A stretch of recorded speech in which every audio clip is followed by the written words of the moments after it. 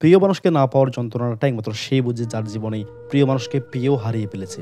ঠিক তেমনিভাবে আজকের গল্পটা পাঠিয়েছেন একজন প্রবাসী ভাই, যিনি সৌদি প্রবাসী। দীর্ঘ ২ বছর প্রেমের পর যখন কোনো পরিবারও তাদের সম্পর্কটা মেনে নিতে রাজি হচ্ছিল না, অনেক কষ্টে হাতে পায়ে ধরে বিয়ে করে ওই প্রেমিকাকে। খুব ভালোই চলছিল তাদের সংসার, ছোট্ট একটা সংসার। দীর্ঘ ১ বছর পেরিয়ে গেছে সংসারের।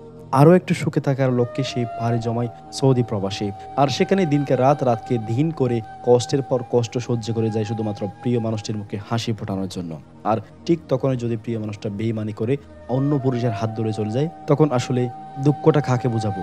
বলছিলাম জাহিদুল ইসলাম নামের নাটোর জেলার ছোট্ট একটা গ্রামের এক তরুণ যুবকের কথা, যিনি দীর্ঘ ২ বছর প্রেম করার পরও তাদের সম্পর্কটা কোনো পরিবারই মেনে নিতে রাজি হচ্ছিল না। শেষমেশ অনেক কষ্টে হাত জোর করে হাতে পায়ে ধরে তাকে প্রিয় মানুষটাকে বিয়ে করে পরিবারে তোলে এবং খুব ভালোভাবে সংসার করতে থাকে।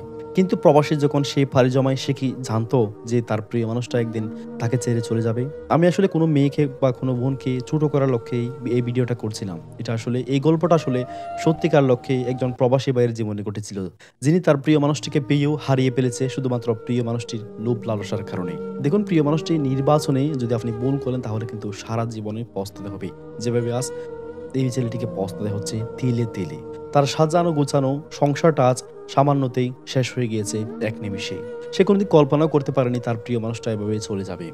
সাল ২০২২, কলেজ যাওয়ার সময় তার সাথে পরিচয় এবং ধীরে ধীরে বন্ধুত্বপূর্ণ সম্পর্ক তৈরি হয়ে ওঠে। বাড়ির পাশে হওয়ায় তার সাথে সম্পর্কটা আরো গভীর হয় এবং এক পর্যায়ে তাদের মধ্যে ভালোবাসার সৃষ্টি হয় এবং একে অপরকে মন দিতে থাকে এবং ভালোবাসতে শুরু করে এবং নিয়মিত তাদের সাথে যোগাযোগ হতো একে অপরের সাথে এবং প্রেম ভালোবাসা আদান প্রদান হতো। ইতিমধ্যে ইন্টারমিডিয়েট শেষ করে দিয়েছে দুজনে। মেয়েটির পরিবার তাকে অন্যত্র বিয়ে দেওয়ার জন্য যখন জোর করছিল, তখন সে বলতে থাকে, না বাবা, আমি একটা ছেলেকে ভালোবাসি এবং তাকে বিয়ে করব আমি। তাকে ছাড়া আমি অন্য কাউকে কোনোদিনও বিবাহ করতে পারবো না এবং স্বামী হিসেবে কবুল করতে পারবো না। তাদের এই ভালোবাসা দেখে তাদের বাবা বলতে থাকে যে, দেখ মা, ভালোবাসাটাই শুধু জীবনে কিছু না। তোর ভালোবাসাটা ঠিক তখনই পরিপূর্ণ পাবে যখন সে একটা ছেলের হাত ধরবি এবং সেটা হবে প্রতিষ্ঠিত একজন ছেলে। তুই যাকে পছন্দ করিস সে তো বেকার একটা ছেলে এবং তার ভবিষ্যৎ বলতে গেলে খুবই অন্ধকারের মতো। এবং ছেলেটিকে অনুরোধ করতে থাকে সে যেন তাকে বিয়ে করে এবং তাদের পরিবারের পক্ষ থেকে যেন বিয়ের প্রস্তাব নিয়ে আসে। আর ঠিক তেমনটাই করে ওই ছেলেটি মেয়েটির কথা মতো তাদের পরিবারে বুঝিয়ে অনেক কষ্টে বিয়ের প্রস্তাব নিয়ে আসে। কিন্তু বিয়ের প্রস্তাবের দিন যখন তার বাবা মেয়েটির বাবার কাছে আসে, ঠিক তখনই যথেষ্ট পরিমাণ অপমান করতে থাকে মেয়ের বাবা। তখন ছেলেটি অজরে কাঁদতে থাকে এবং বলতে থাকে, বাবা, যেই করে হোক তুমি আমাকে ওই মেয়েটিকে এনে দাও, তাকে ছাড়া আমি বাঁচবো না। তোমরা যাই বলবে আমি তাই শুনবো। তোমাদের কোনোদিন অবাধ্য হয়নি এবং এখনো হচ্ছে না। তোমরা ভবিষ্যতে যাই বলবে ঠিক সেভাবে আমি চলবো। আমাদের জীবনকে আলোকিত করার জন্য তোমাদের দোয়া আবশ্যক। তোমাদের ছাড়া আমরা কোনোদিনও সুখী হতে পারবো না। বাবার হাত পা ধরে কোনো রকম রাজি করায় আবার ছেলেটি। এদিকে মেয়ের পরিবার যখন আবার উল্টে গিয়েছিল, ঠিক তখনই মেয়ে অনেক কান্নাকাটির পরও তার বাবাকে রাজি করায়।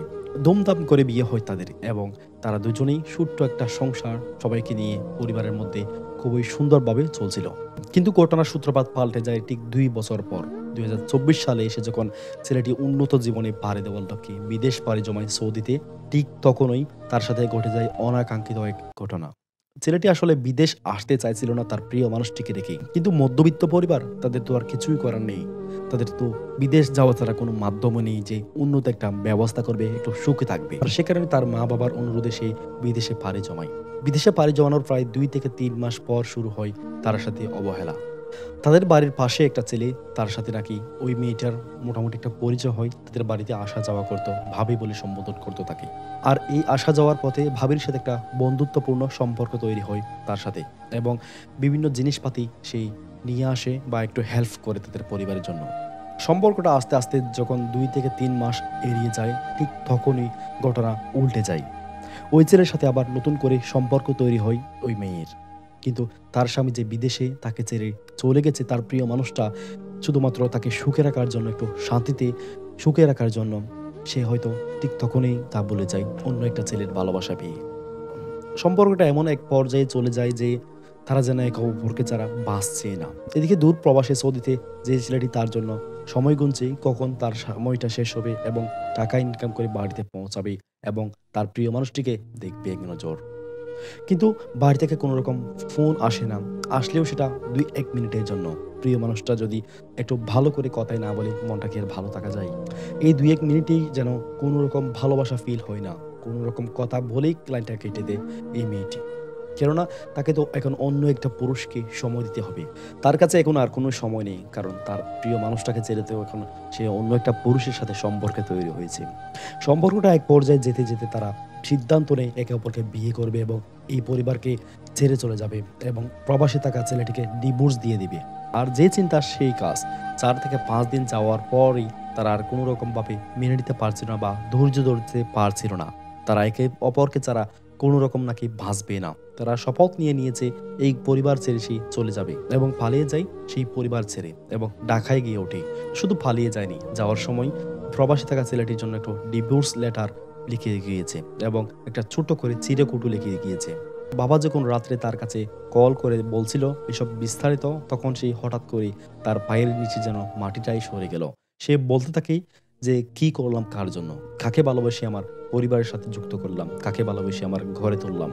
কার জন্য এতটা স্বপ্ন দেখলাম? কার জন্যই বা এত দূর প্রবাসে আসলাম? সে কি বুঝলো না একটা বারের জন্য? তার কি মাথায় আসলো না তার প্রিয় মানুষটা তাকে একটু সুখে রাখার জন্য, তার কষ্টটা দূর করার জন্য এত দূরে পর্যন্ত এসেছে শুধুমাত্র তার মুখে হাসি ফোটানোর জন্য? সেই প্রিয় মানুষটা কিভাবে চলে গেল তাকে ছেড়ে?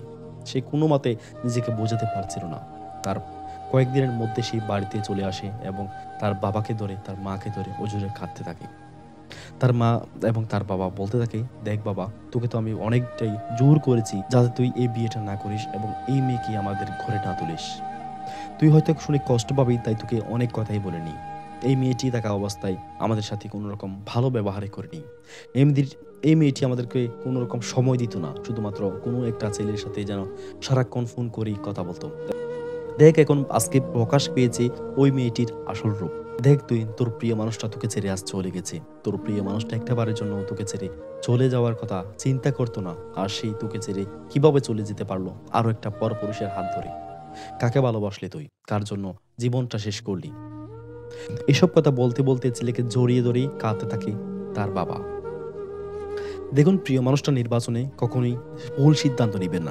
একবার চিন্তা করে দেখুন যে মানুষটার জন্য আপনি জীবনটা শেষ করে দিচ্ছেন, একবারও নিজের কথা ভাবছেন না, সেই প্রিয় মানুষটা যদি অন্য একটা পুরুষের সঙ্গে চলে যায় তখন নিজের অবস্থানটা কোথায় এসে দাঁড়াবে?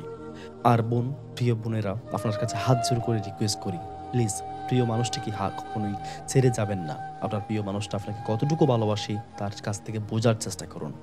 আপনার জন্য প্রতিটা নিয়ত নিজের ঘুম হারাম করে কষ্ট করে উপার্জন করে অর্থ এবং সেই অর্থের বিনিময়ে কিন্তু আপনি দেশে বসে ইচ্ছে মতো শান্তিতে উপভোগ করছেন শান্তি এবং সুখে আছেন। আপনার প্রিয় মানুষটিকে ছেড়ে কখনোই যাবেন না।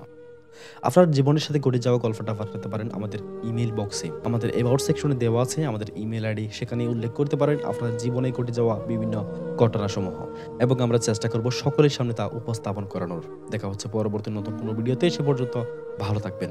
আল্লাহ হাফেজ।